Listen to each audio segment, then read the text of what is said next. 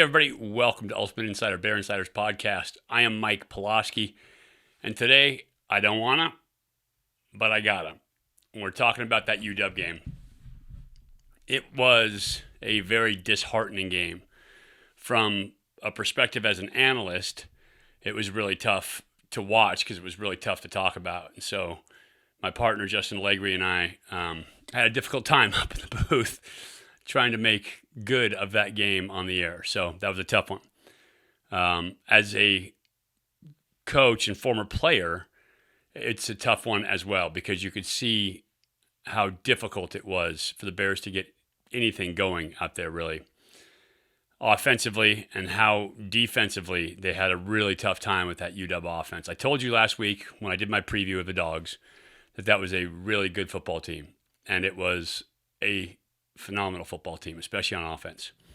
That said, that's the level you have to compete at. If you want to play at this level in college football, that's where you got to compete. And so, as a guy who personally took the best UW team in their history down to the final play of the game, that was disheartening as well because I have fond memories of battling with that team, and there was no battle at all in that game, unfortunately. Before the defense ever took the field, the Bears were down 14 points, pick six from Ben Finley, and then a punt return for a touchdown on the second possession. And again, tough to watch.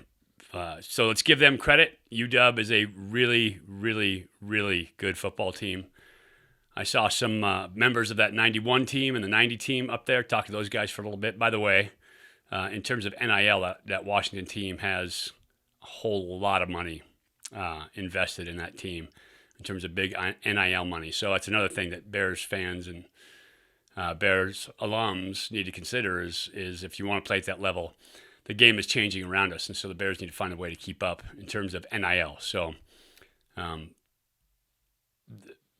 had heard somewhere in the ballpark of $9 million on the offensive side of the ball in terms of NIL money playing. That's a lot of money for a team, but the guys that they paid obviously are putting out. It's receivers, it's quarterback, it's all of that. But there is a lot of money in that team, and that's where it is. Let's talk about quarterback play first. Ben Finley at times was pretty good when you watch him on film. He did some good things back there, but you absolutely cannot make the panic passes.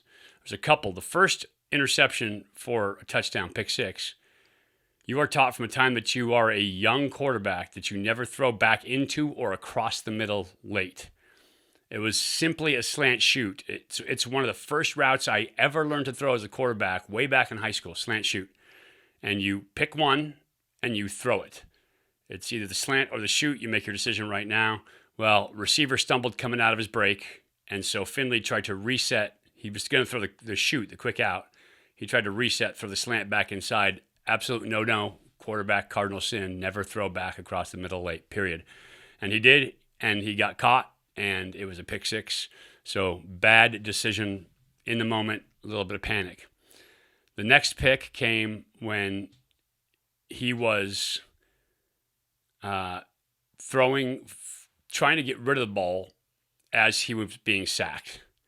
And once again, panic, just threw it out there, not looking where it was going, not thinking about what could happen, and ended up getting another interception. And so 2 panic passes for touchdowns, and it was a big deal that should not have happened. And the third one threw into traffic when he should not have. So anyway, rough night for Ben. Tough one there. That said, he could have used more protection. Everybody across the board had some issues. There were protection issues on the offensive line in terms of trying to win one-on-ones. And then there were also times when it appeared on film that the backs would go the wrong way and leave guys unblocked, free hitters at the quarterback. And so all of that's bad. On top of that, there were alignment issues. And so alignment issues are pre-snap. These are things that you need to know going into it. And I guarantee you that the coaches were not teaching them to align improperly. I guarantee you, I know Burl Toller, I know Jake Spavital. I know these guys. I go to practice. They were not teaching them to be out of alignment, out of proper formation. And so covering up receivers who went downfield became ineligibles downfield. That is a mental error. And in part, it's because the environment there is so loud and raucous and overwhelming that they need to bring that performance and anxiety down so that they're just playing within their game as to what they're trained to do. You play at your training, and players need to learn how to bring those emotion levels down so they can play at a steady, focused level. And they just didn't do it in this game. So that was tough to watch. Their defensive backs did a nice job of containing separation. Even the balls that we caught, the deep ones, the great one-handed back shoulder catch by Jeremiah Hunter, and then later on the deep ball down the middle of the field that was an underthrow that worked out, were both phenomenal catches to win versus one-on-one, but they were both very tight coverage. Guys were right there, and quarterback threw a good ball in the first one, threw a bad enough ball in the second one that gave the receiver a chance. So those were great plays for big plays, and the touchdown especially, that was a phenomenal catch by Jay Hunt. I like that play, but there wasn't a lot of separation out there from the receivers. There were some open guys. Finley hit some open guys. There were some good play calls out there. There was some stuff that wasn't going to work so well. So that's just where it is on offense. The defense was really disappointing because the defense, I felt, had a good chance of being a top caliber defense. Now that said, we were going up against UW, who has a top. They're the number one passing offense in the country right now. And you spotted them 14 points and then gave them 3 more off of an interception later. So, defense kind of had a hand tied behind their back before they ever started. But UW was really good through the air. Knew they would be. I thought the Bears would challenge a little more in the passing game.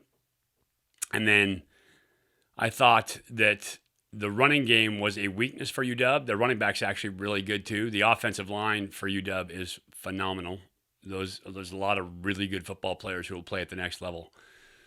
But I just thought the defense would have performed better in this game, and they did. And again, they kind of came into it handcuffed with 14-point deficit to begin before they ever hit the field. So I think the whole team was kind of stumbling. The team as a whole took a punch in the mouth. So that's what it is. That's my opinion of it. I don't need to beleaguer that point anymore. Washington was more physical.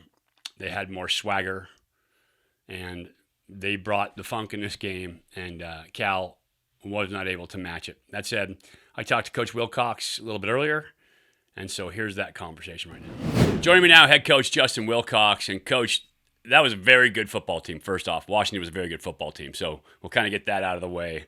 They're going to compete this year potentially for a national championship if they don't stumble. However, a game like that, give me your thoughts on that game, because that's tough. I played one up there in 90 when I felt like the field was uphill the whole way and they had 14 guys on the field all the time. We got beat 49-7, and I imagine that's what it felt like for you guys. Yeah, we just the start of the game really put us behind the 8 ball against them. You're going to have to make every possession count. You're going to have to scratch and claw. You got to force field goals on defense and get some stops late in drives, and move the ball on offense, and of course play well on special teams. And gosh, the pick six, the punt return touchdown. I think it was the first quarter. Basically, we spotted them 17 because you give them the pick six, the touchdown, and then we had one other turnover turned into a field goal. So there's 17 points that we basically spot them.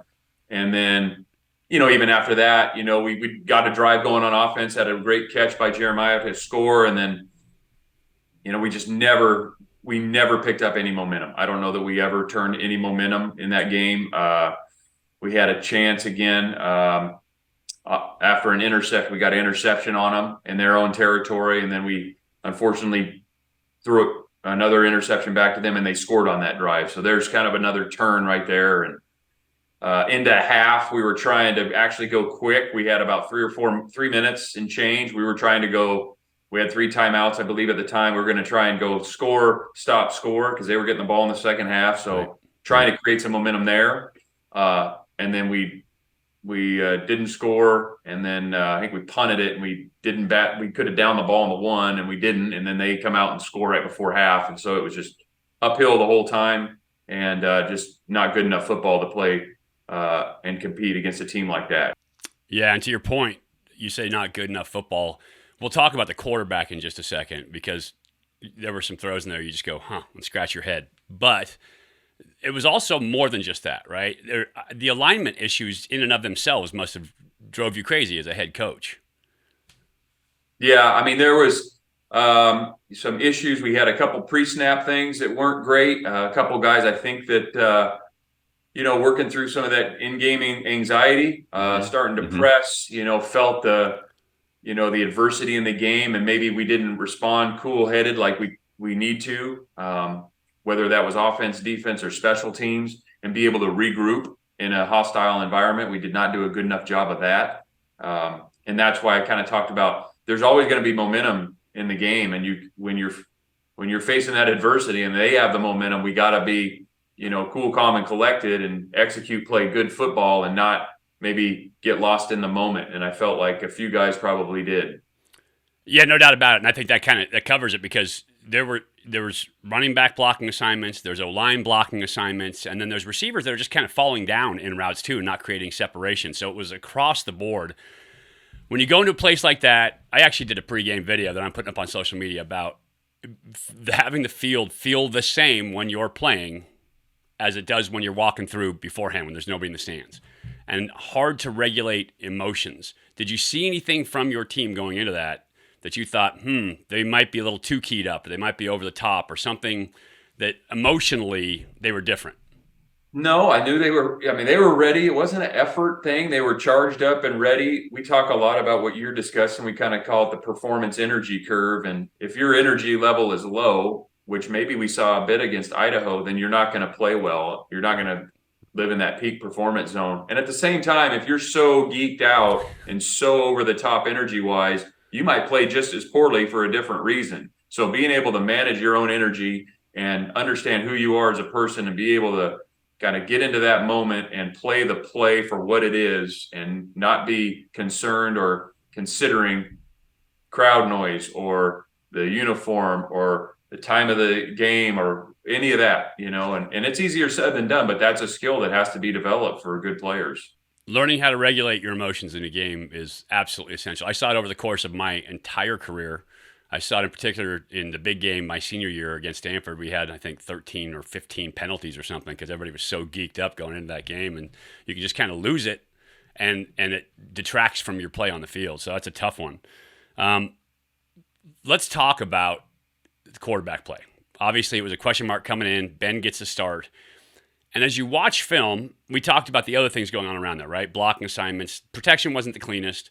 Receivers maybe not creating separation all the time.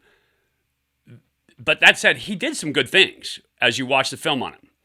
It's just the throws, the first interception, which you never throw back across the middle late.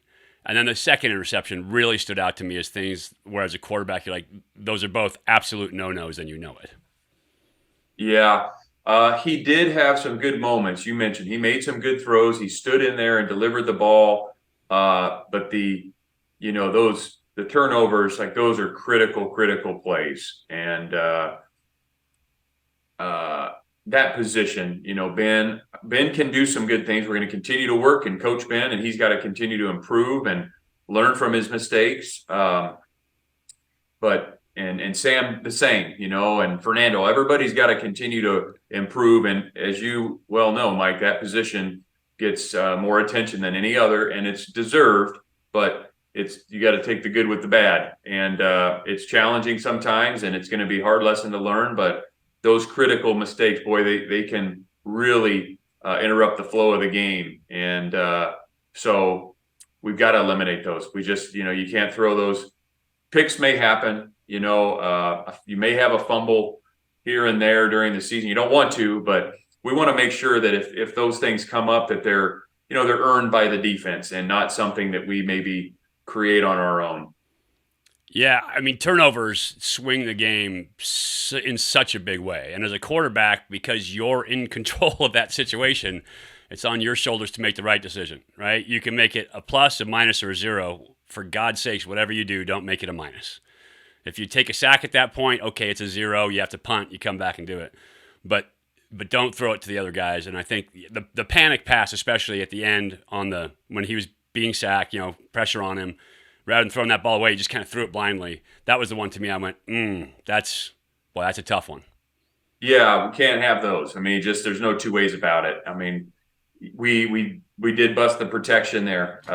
There's no doubt, but that might happen. And now it's the quarterback's job to, not make a bad play worse. Exactly. And let's punt it and make them go the length of the field. And maybe we get a stop and get the ball back, and that would be the defense's job at that point. But yeah, you can't turn the ball over. Especially in our own territory or for touchdowns, and so we've got to learn from that. It's just as you know, that makes it very, very difficult. So we got to work with Ben and make sure he learns from those mistakes, and then continue to work with the other quarterbacks so we can get some consistency going at that position. Absolutely. And kind of finally, special teams. I know how much you guys practice special teams. I know what an emphasis you guys have on it. That punt return, I mean, that's a killer early on in the game. You talked about it a little bit. Touch on the mentality for your team, being that special teams is such a point of pride for you guys.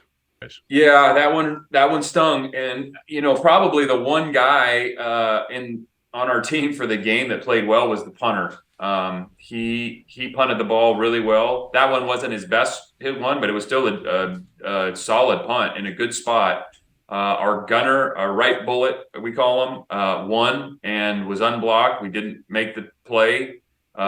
We had one other guy that got blocked for way too long. I mean, we have to be able to get off of blocks and get down the field. And then we weren't able to get the guy on the ground after we had an overlap with the center and the guard.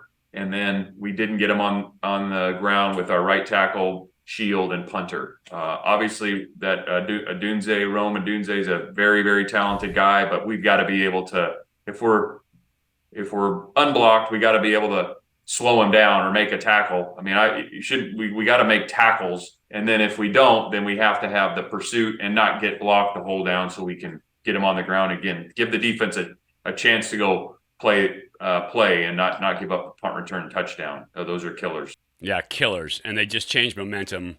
And that team, against that team, was a really good football team. We talked last week about their dudes. 3 dudes at wide receiver. One of them, McMillan, didn't play. But, of them, Rome Adunze played, Jalen Polk played. And then a phenomenal quarterback as well behind a really good offensive line. Just for a second, touch on how good that offense was. Yeah, very, very talented across the board. I mean, nobody even talks about the running backs and the tight ends, but those guys are talented too. They just don't get the same notoriety. I think if they're playing on another team, they probably are the stars of the show. But that O-line and those receivers and that quarterback, I've been doing this quite a while now. I don't know that I've ever coached against a more accurate passing attack with such threats that those guys had. I mean, I've done this a while, and I was trying to think of that. The accuracy that guy throws the ball with is impressive. But it's our job on defense to knock the ball down, tip a ball, get the quarterback off his timing, get him off his spot, and we didn't do a good enough job of that against a really good team. And like I said, you have to be able to take the field with the defense, 0-0 at worst. We didn't do that. I think it was 14-0 before we took the field. And then it just, like I said, we never were able to create any momentum. Yeah, like a snowball coming downhill. It's tough once it gets going like that, especially in their place, right? Their fans are good about it. They have the whole show around the game, so it makes it tough. So this week, the Bears take on Arizona State. And this is a game early in the season, but they need to win this game because if they want to get to bowl eligible, 6 wins, they're going to have this game. From here on out, it is a rough go. Stanford is showing weakness right now, so that's potential to win the big game. But the rest of the schedule, there are no dogs on it. The Pac-12 is a rolling ball of butcher knives this year. SC looks phenomenal. Just watch their game versus A-State. They look fantastic this year. Oregon looks pretty unstoppable against Colorado. Utah will literally put you in a four-finger death grip and choke you to death during the game. They're just gnarly on defense, and they are tough to beat, especially at their place. So that's another one. Oregon State is physical. They run the football, and they just got beat by Washington State, who looks really good. So I don't see a lot of holes in the schedule for the Bears where they're going to go in as a favorite into any games. This week they come in, so far I think it's plus 10. They're giving away 10 points in this one. They're the favorite. So they need to get this win. It's a big one for them. And if they don't, it's going to be trouble. We talked to Coach Wilcox about the Sun Devils a little bit ago. Let's take a look at that. Arizona State this week. Tell me about the Sun Devils from film study. Yeah, defensively, real active, negative plays. The defensive coordinator is Wazoo in Nevada. We've watched him on defense for a while, very aggressive, 4 down front. They got some good players on defense. Offense going to look like, kind of what Oregon ran last year, multiple personnel groups, multiple shift in motion, some deceptives. They're very aggressive. I mean, they called a fake punt on their own 25 or 30-yard line last week, I think it was either 4th and 5, 4th and 7, something. They threw but it wasn't even a fake punt. It was the offense was out there, and number 4, the running back, received it. He's punted one, and now he threw this one, and he's thrown a few passes this season. So very aggressive. The running back's a good player, a kid from Sac State. Quarterback we played against, who's a Notre Dame transfer, so he can play. Yeah, it'll be a battle. I mean, it'll be an absolute battle. They've kind of been through some quarterbacks too. I know Pine was hurt early, and then Rashada played, and now Pine's back. They've been through multiple quarterbacks as well. Tight end's a talented guy, so yeah, it'll be a battle. Yeah, they've had a little bit of trouble in terms of offensive production up until this last week, and Fresno State, they got blanked, but SC, they went out and they scored 4 touchdowns. So talk about the difference. Yeah, night and day. They turned the ball over in that Fresno State game. Just some, sometimes that happens. I don't know that, it's not like there was bad plays. It was just tip ball. Maybe something happened on the read. Maybe they didn't see a guy in coverage, something like that. And then they came back this week and this past week and scored, 4 touchdowns on a really, really talented USC defense. So it's in there, and we got great respect for them and expect to see that offense we saw this past week.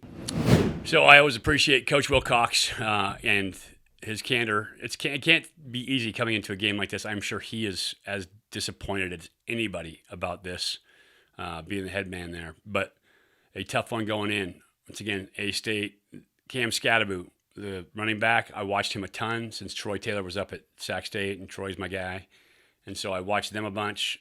He is fun to watch. They had him throw, I think, 3 or 4 passes this last game and punt. And so he does everything from that running back position. He is tough. He is physical. He'll take direct snaps. He is a do-everything back for them right now. They are down to their 3rd quarterback, and the quarterback, Drew Pine, who we saw last year versus Notre Dame. I don't think he's a very good quarterback. I think he struggles at times, and the Bears need to take advantage of that because Arizona State doesn't have their first 2 guys healthy. So Drew Pine is the guy they're going to go with from what it sounds like, and that's a distinct advantage for the Bears. On offense, Badger is one of their guys. He's also a big return guy as well, so need to kind of avoid any big returns, no special teams foul-ups this week, and need to play good back-end defense against Badger as well. Offensive line is a patchwork for them. They're down 5 guys up front. They've got issues, and so it presents some opportunities for the defense. They play sound, play the way that they have been trained to play, the way that I've seen them play at their peak, then the Bears defense should be able to handle this week. Offensively, I think this defense has some speed. However, USC carved them up pretty good, and I think that that potential is there. Now, USC turned the ball over a couple times in that game too, which is why that game seemed closer than it actually was. Physically, USC was a better football team, period, when you watch the game. So Arizona State stayed in it. They clawed. They ran trick plays.